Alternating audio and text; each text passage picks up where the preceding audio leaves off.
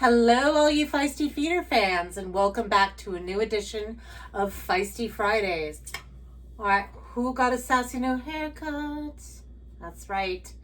Anyway, I'm Chef Alessandra, and this week you're going to want to make yourself a martini or pour yourself a glass of red wine because we are going to make some slow-cooked ribeye steaks. So I'm going to teach you how to cook a ribeye steak in your oven with a little bit of added steam and get a very similar result as if you were to be sous videing your steak. So I've got a nice ribeye here, around an inch thick.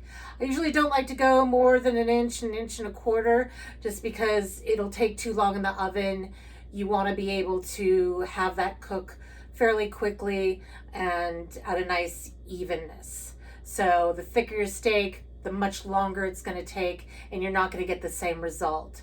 So for this process, you can marinate your steak if you want.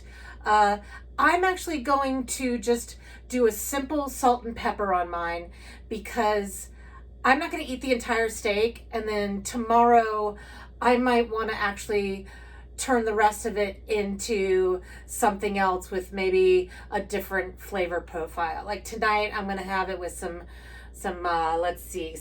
cauliflower puree and who knows what else. We'll see what I come up with.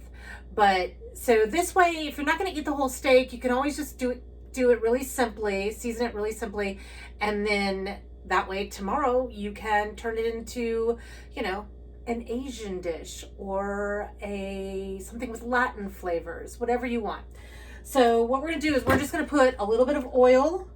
I'm gonna rub it in, and then I'm gonna use just I like to heavily salt my steak just because it kind of seals in that flavor, especially when you're doing a slow cook. So I'm gonna do some salt and pepper. And you want to make sure that your steak has come up to room temp or it's been out of the fridge for 45 minutes to an hour. That also helps with how even your steak is going to cook. So I'm going to flip that over and do the other side the same way. So, and you're going to want to have this if you have a rack, like I've got this on a sheet tray with one of like the little cooling racks, and I use these specifically for when I'm doing meats because Mama likes to cook bacon in the oven. So I keep a couple of these cooling racks strictly for my savory meat-based dishes that I do. So once you have that nice and salt and peppered, you can actually, let's go back for just a second. When you take it out of the fridge, that's when you want to salt and pepper it and let that sit there for that time that it's coming up to room temperature. Okay? All right, so we're going to take this over to the oven and I'm going to show you the next step. All right, so over here at the stove, I have it turned on to 170, and that's what the temperature we're going to slow cook our steak at. And what we're going to do right now is we're going to take a squeeze bottle of water. This is just the easiest thing to use because you can coat the entire inside of your stove evenly. So what I like to do is just open it up, and I'm just going to spray all around the sides, in the bottom, in the back.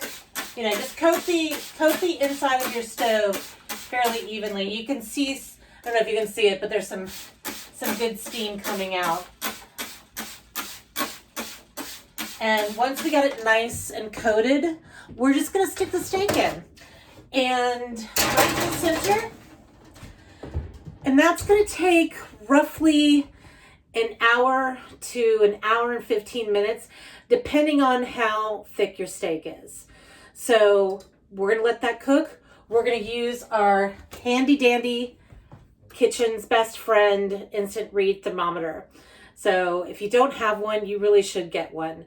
The great thing about these is that the second you stick it in your your meat or whatever you're cooking, it gives you an instant read on it. So you don't have to sit there with your oven door open and waiting for it to come up to, to tell you what the temperature is eventually. So I love these. Get one. So when it comes out, we're going to do a reverse sear. So I'm going to let it go for about 50 minutes before I check the temperature. If your steak is on the thinner side, you're going to want to check it earlier than that. But with a steak that's a minimum of an inch thick, it's usually about an hour is what it takes. Okay? All right. See you on the flip side. So now we're going to do our reverse sear now that our steak is ready. I took it to about 120 degrees because I like that extra, medium rare. And you can do a reverse sear, or you can also do a reverse grill as well. So if you got a grill hot and you'd rather have some nice grill marks on it or a char, then you can do that certainly as well. But for, ease of this video, I'm going to, and it's winter, I'm going to do a reverse sear in a nice hot cast iron skillet. And you can get that outer edge as crispy or as not as crispy as you want. The idea is just to do a little caramelization on it. All right.